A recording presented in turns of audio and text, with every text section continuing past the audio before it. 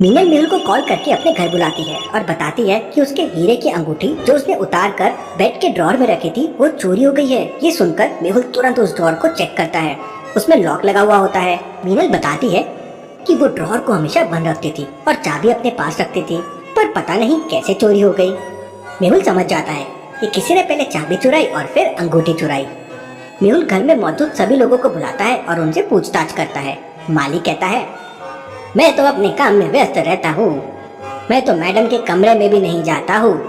Guard कहता है, मैं तो घर के बाहर सीसीटीवी को हैंडल करता हूँ, मैंने कुछ नहीं देखा है। कुक कहता है, मैं तो खाना बनाकर चले जाता हूँ, मुझे कुछ भी नहीं पता है। सबकी बातें सुनने के बाद मेहुल को कुछ समझ नहीं आता तो वो गार्ड को सीसीटीवी फुटेजेस दिखाने कहता है। गार्ड उसे सीसीटीवी रूम के सामने लेके जाता है। रूम लॉक्ड था। गार्ड अपने जेब से चाबी निकालकर उसे ओपन करता है। मेहुल अंदर जाके सीसीटीवी फुटेजेस चेक करता है। यह पहली फुटेज जब मीनल चाबी रखकर नहाने जा रही थी। यह दूसरी फुटेज जब मीनल नहा के उन दोनों फुटेजेस को देख के मेहुल समझ जाता है कि क्या हुआ होगा। लेकिन क्या आप समझ पाए लॉजिकल आर्मी?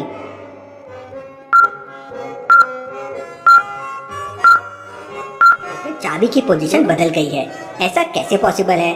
मतलब इसी बीच किसी ने चाबी चुराया, ड्रॉर खोला और हीरे की चोरी की है। फिर मेहुल चाबी चोरी के पहले के फुटेजेस देखने की कोशिश करता है, लेकिन वो फुटेजेस मिसिंग थे। लगता है किसी ने बीच के फुटेजेस डिलीट कर दिए हैं, लेकिन वो कौन हो सकता है? मेहुल तुरंत समझ जाता है कि वो कौन हो सकता है, मालिक, गार्ड या कुक। लेकिन क्या आप समझ पाए लॉजिकल आर्मी?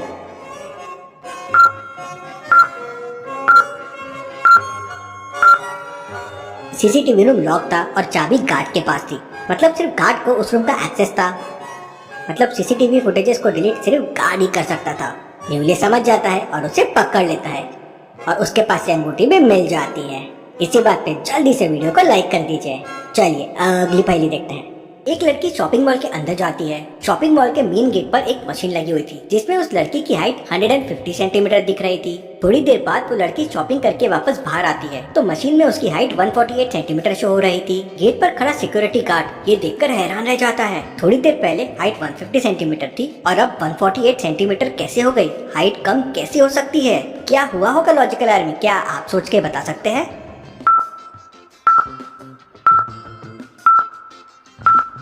जब लड़की अंदर गई थी तो उसने हील्स पहने हुए थे और जब वो बाहर आई तो उसने फ्लैट्स पहने हुए हैं। हील्स के वजह से उसकी हाइट 2 सेंटीमीटर ज्यादा दिख रही थी। तो समझा आपको लॉजिकल आर्मी?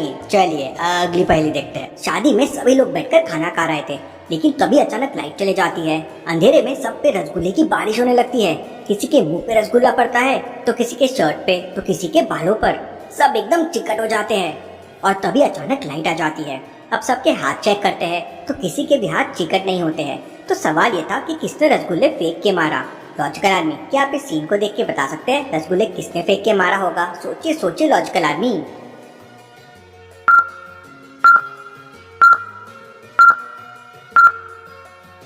ध्यान से देखिए, ये आदमी जहाँ खड़ा हुआ है उसी टेबल के नीचे पॉलीथीन वाले 2 हैंड ग्लव्स पड़े हुए हैं। ग्लव्स पहनकर रसगुल्ले फेंके होंगे और लाइट आने से पहले ग्लव्स उतारकर नीचे फेंक दिए, इसलिए उसके हाथ बिल्कुल साफ है।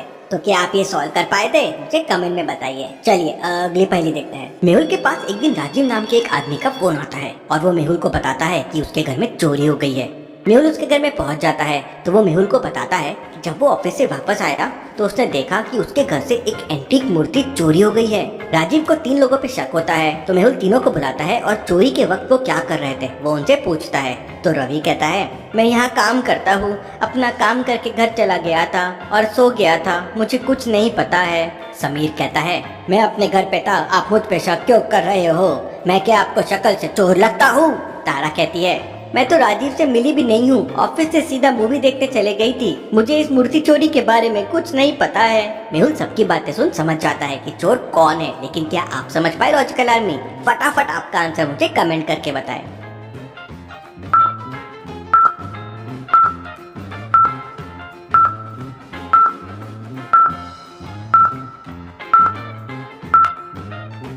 मूर्ति की चोरी तारा ने की है। मेहुल ने तो सिर्फ उनसे पूछा था कि आप चोरी के समय क्या कर रहे हैं, लेकिन तारा को समझा कैसे कि चोरी मूर्ति की हुई है, मतलब चोरी उसी ने की है। मेहुल समझ जाता है और उसे पकड़ लेता है। चलिए अगली पहेली देखते हैं। बाजार के अंदर एक बहुत बड़ा क्रिमिनल एक आदमी का मर्डर कर देता है।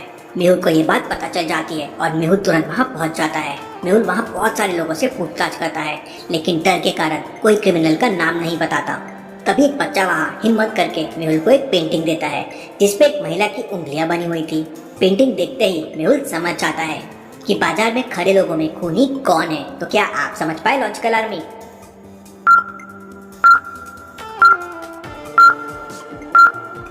उंगलियों को इंग्लिश में कहते हैं फिंगर्स, और महिला के फिंगर है मतलब लेडी फिंगर, मतलब भिंडी हुई। इसका मतलब वो बच्चा उस भिंडी वाले की तरफ इशारा कर रहा है। मेहुल ये समझ जाता है और उसे पकड़ लेता है। चलिए अगली पहेली देखते हैं। एक घर में चोरी हो जाती है। उस समय घर में 3 नौकर काम कर रहे थे। तीनों में से एक नौकर को पता था कि चोरी किसने की है, लेकिन वो डायरेक्ट मालिक को नहीं बता सकता था। इसलिए उसने मालिक को चोर का नाम बताने के लिए एक तरकीब सोची। वो अपने मालिक से कहता है, मैं 9 सितंबर को मुंबई जाऊंगा और 10 अक्टूबर को वापस आ जाऊंगा। इसके बाद मैं 11 नवंबर को अपने मामा के घर जाऊंगा और लगभग 6 महीने बाद 4 अप्रैल को वापस आ जाऊंगा। अरे लेकिन प्लान चेंज करूंगा और 3 मार्च को वापस आ जाऊंगा। मतलब सितंबर, अक्टूबर, नवंबर, अप्रैल और मार्च, ये मंथ का क्लू उसने अपने मालिक को दिया। तो क्या बता सकते हैं तीनों नौकर में से वो कौन से नौकर पे इशारा कर रहा था? सोचिए सोचिए लॉजिकल आर्मी।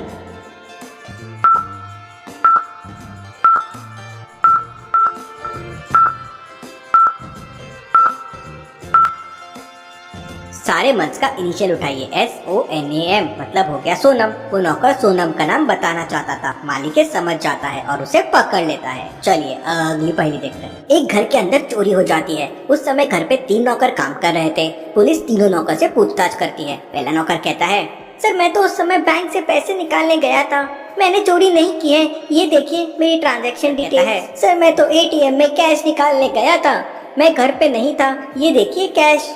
तीसरा नौकर कहता है, सर मैं तो सुबह से बगीचे में साफ सफाई कर रहा था, मुझे कुछ नहीं पता है। पुलिस बगीचे में जाके देखती है और समझ जाती है कि तीनों में कौन झूठ बोल रहा है। इसी में क्या कौन सा नौकर झूठ बोल रहा है?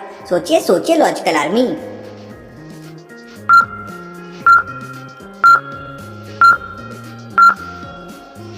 दूसरा नौकर झूठ बोल रहा है क्योंकि ATM से फटे नोट नहीं आ सकते। नोट फटे तो है और उस पे टेप भी लगे हुए हैं। पुलिस समझ जाती है और उसे पकड़ लेती है। चलिए अगली पहेली देखते हैं।